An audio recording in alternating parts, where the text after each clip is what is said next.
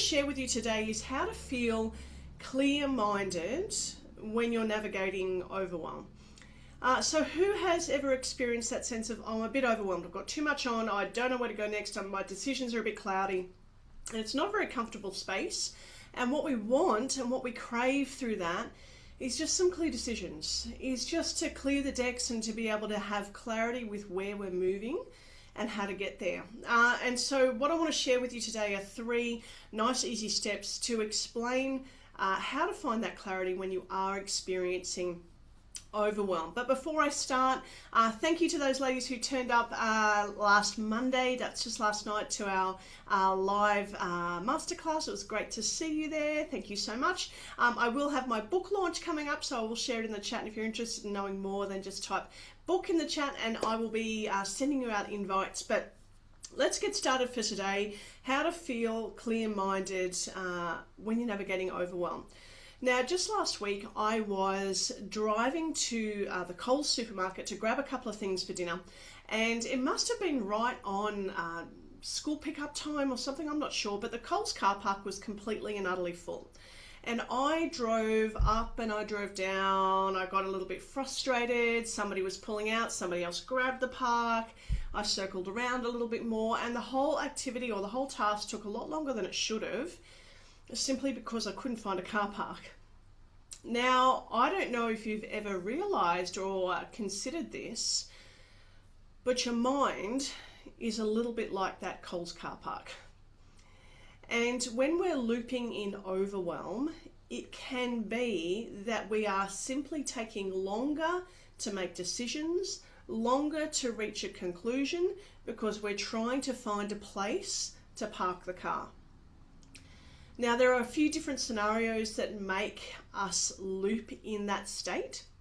One of them is when we're managing stress. So if you're going through a stressful period of time or an emotional period of time, our car park gets a bit smaller. So our capacity to put cars in the car park suddenly is like, oh, I've got no room. And sometimes it is when we're navigating or experiencing overwhelm that we've just got too many cars in the car park. So what I want you to consider now is your mind car park. So if you consider every car in the car park is a thought, is a belief, is a job to do, is another task on the list that you haven't quite ticked off. It's all of the tabs that are open, but all of them represent cars in the car park. And so my question to you would be, what cars need to be there? And what cars just don't belong anymore?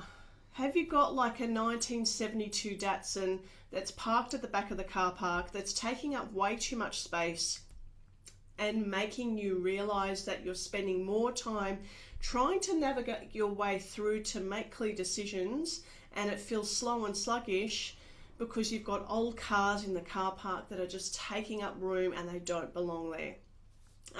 So I want to share with you just a few simple ideas basically to clear out your car park. To make space, because who agrees it's nice when you go to the supermarket and you drive in and there's like 5 empty spots to choose from. Excellent.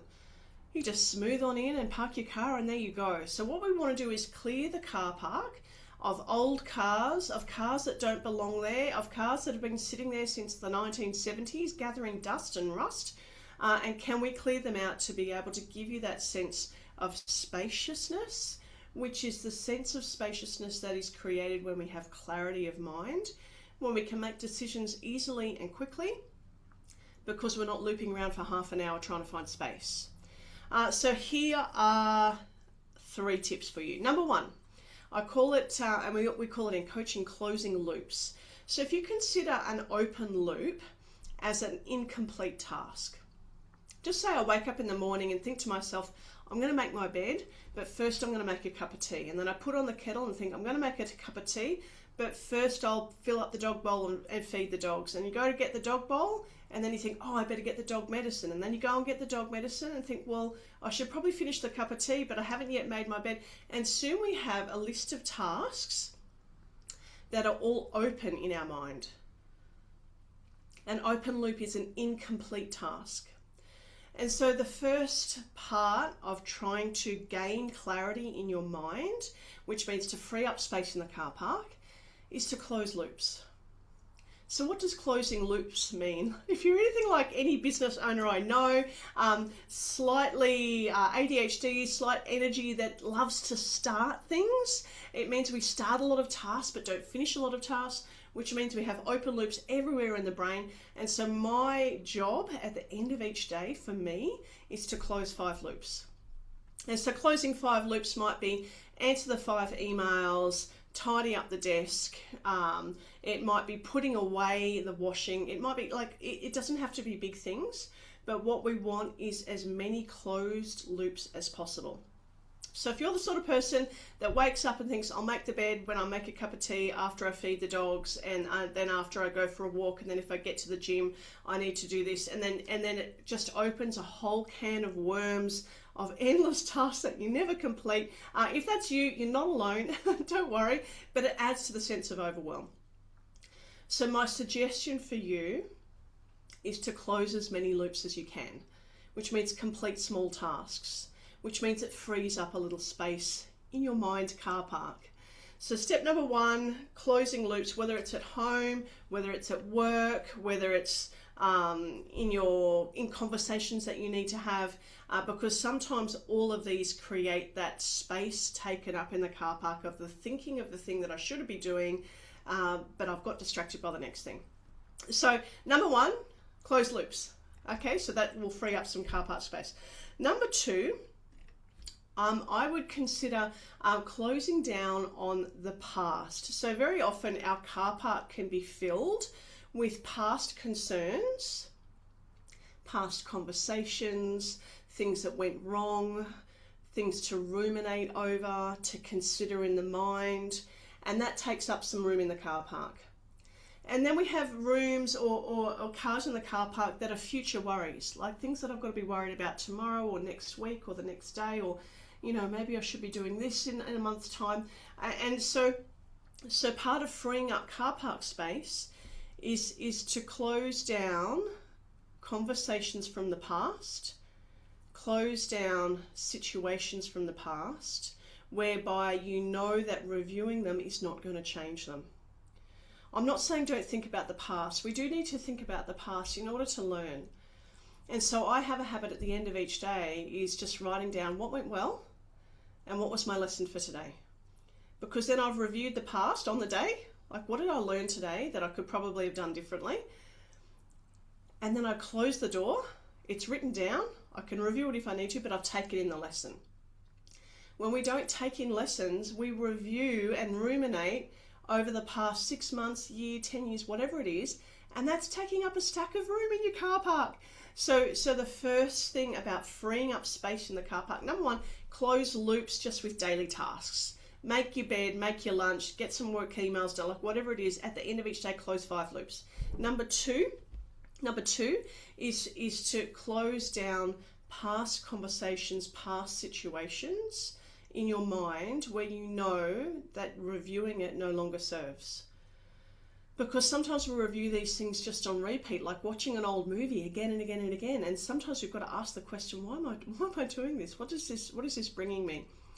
So when we are clearing out the car park, I would like you to consider, is my thought process about what happened 6 months ago a bit like parking a 1972 Datsun in the Coles car park and leaving it there to gather rust? It's just taking up room, taking up valuable real estate. So to close the door on past conversations, it's thank you, I love you, I'm sorry, whatever it is that you need to say, and this is done. Close the door. So that way it clears out your space. So other old things, old cars in the car park can be old beliefs. I'm not enough, I'm not worthy, I don't know if I can make it, I'm not lovable. These are all deep-seated underlying beliefs that some of us carry, in fact probably all of us carry, and the question is that taking up room in your car park? Do you need that belief there, or can you simply blow it away and free up some room for yourself? And the way to do that is to lean into trust, because some of these beliefs or these underlying concerns are future-based. Maybe I'm not good enough for that next thing. Maybe I don't deserve it. These are future-based worries. Can we close down that by simply saying, I trust I'm enough. I trust I'm heading in the right direction. I don't need those extra cars of worry in my car park. I can just close the door on that. Thank you. So step number 1 is to close small loops in the day. Don't start a million tasks without finishing. Try and finish as many things as you can because it frees up space. Step number 2 is clear the car park of old rumination conversations and beliefs that no longer serve you, that you're reviewing without any kind of resourceful outcome. So thank you, I love you, I'm sorry, please forgive me. Close the door, done. Clear the car park of future worries. Maybe I'm not enough, maybe I'm not heading in the right direction. All of these worries and concerns that don't necessarily serve. I'm not saying worry is a bad thing, sometimes it is, but we need to ask, is it serving me right now? And close the loop on that as well. So you free up space in the car park. The third really clear step in freeing up space in your car park so you've got some mental clarity is to come into the present moment. And so what I mean by that is that very often when we're slipping into past rumination with stories and movies and conversations in our mind that we should have, could have, would have done differently, or the future-based fears, worries and concerns that fill up our mind space, when we simply come back to the present moment of what is, it can help us clear. So how do we create the present moment? Part of it is being aware of our sensations in our body. So we come out of our heads and into our body, which means what are we listening to? What can we taste? What can we feel? What can we see outside? Blue sky?